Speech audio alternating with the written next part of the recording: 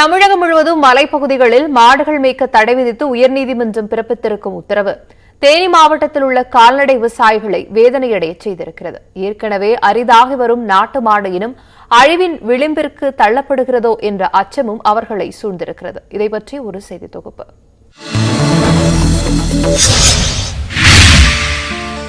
மேற்கு தொடர்ச்சி மலைகளால் சூழப்பட்ட தேனி மாவட்டத்தில் விவசாயத்திற்கு அடுத்தபடியாக கால்நடை வளர்ப்புதான் பிரதான தொழில்.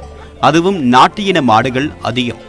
இந்த மாடுகள் பெரும்பாலும் மலைப்பகுதியில் மேய்ச்சலுக்கு அனுப்பப்படுவதாலும் அங்கேயே தங்கி கிடை அமைத்து வளர்க்கப்படுவதாலும் மலை மாடுகள் கிடை மாடுகள் என்றும் தொழு மாடுகள் என்றும் அழைக்கப்படுகின்றன. இத்தகைய மலை மாடுகளை வனப்பகுதிகளில் மேய்ச்சலுக்கு அனுமதிக்க கூடாது என்று சென்னை உயர்நீதிமன்ற மதுரை கிளை கடந்த மார்ச் 4 உத்தரவு பிறப்பித்தது.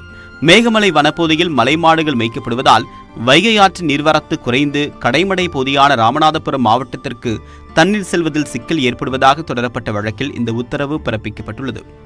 கடந்த 40 ஆண்டுகளுக்கு முன்பு 1.5 லட்சத்திற்கும் மேற்பட்ட நாட்டு மாடுகள் வளர்க்கப்பட்ட தேனி மாவட்டத்தில் தற்போது 15,000 மாடுகளே உள்ள நிலையில் நீதிமன்ற உத்தரவால் அழியும் நிலைக்கு தள்ளப்பட்டிருப்பதாக வேதனை தெரிவிக்கிறார் மலை மாடுகள் வளர்ப்போர் சங்க தேனி மாவட்ட தலைவர் கென்னடி. மாடுகளை காப்பாற்றுறதுக்காக நாங்கள் சூழ்நிலை சந்தர்ப்பத்தில் நாங்கள் மல்லு கட்டி தும்பரிச்சு ஒவ்வொரு தடவை கலெக்டரேட்டில் போய் மல்லு கட்டி தான் நாங்கள் பாசுகளை வாங்கி வந்தோம். 2020 வரைக்கும் நாங்கள் தேனி மாவட்டத்தில் பாசுகளை வாங்கி மேய்க்கிறோம்.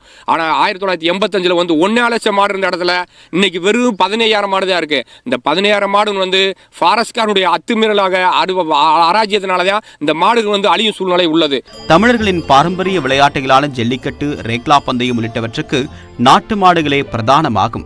வனப்பகுதிகளில் மலை மாடுகள் மேய்ச்சலுக்கு அனுமதிக்க மறுக்கப்பட்டால் அவை அழிந்துவிடும் அபாயம் உள்ளது என்பதும் விவசாயிகளின் வேதனை. இதில் மாடு இல்லாட்டி வாழ முடியாது. ரேஸ் மாடு உருவாகிறதுனாலதான், ஜல்லிக்கட்டு உருவாகிறதுனாலதான் பால் இதில் சத்து இருக்குது. இதில் தான் இருக்குது. எருவு தோட்டங்களுக்கு எல்லாத்துக்கும் வேணும்.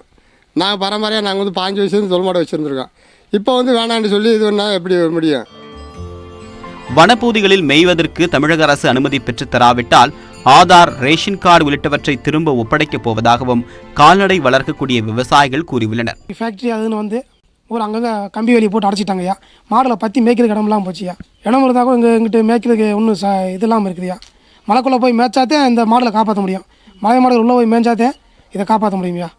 இல்லைன்னா இதுக்கு வேறு வழியே இல்லையா.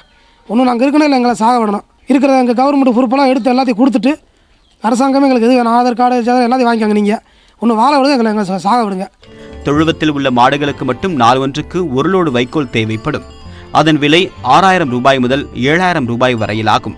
அவ்வளவு பெரிய தொகையை செலவழிக்க வசதி இருந்திருந்தால் மாடு மேய்க்கும் தொழிலையே விட்டிருப்போமே என்கிறார் விவசாயி பிரபு. தேனி மலை மாடு தேனி மாவட்டம் மலையில் தான் போய் மேயும். இப்போ இந்த நீதிமன்றம் மலைக்குள்ளே விடக்கூடாது அப்படின்னு சொல்லி தீர்ப்பு சொன்னது வாசி தொழுவத்தில் அடைச்சி வச்சு தீவனம் போட்டுக்கிருக்கோம். ஒரு நாளைக்கு 6,000 ரூபாய்க்கு தீவனம் நீங்குது.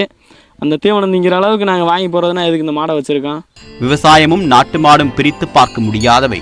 விவசாயம் காக்கப்பட வேண்டுமென்றால் நாட்டு மாட்டினமும் பாதுகாக்கப்பட வேண்டும். மலை மாடுகளை வனப்பகுதிகளில் மேய்ச்சலுக்கு அனுமதித்தால் மட்டுமே அது சாத்தியம் என்பது கால்நடை வளர்ப்பாளர்களின் கோரிக்கை. நியூஸ் 18 தமிழ்நாடு செய்திகளுக்காக தேனியிலிருந்து செய்தியாளர் சுப பழனிக்குமார்.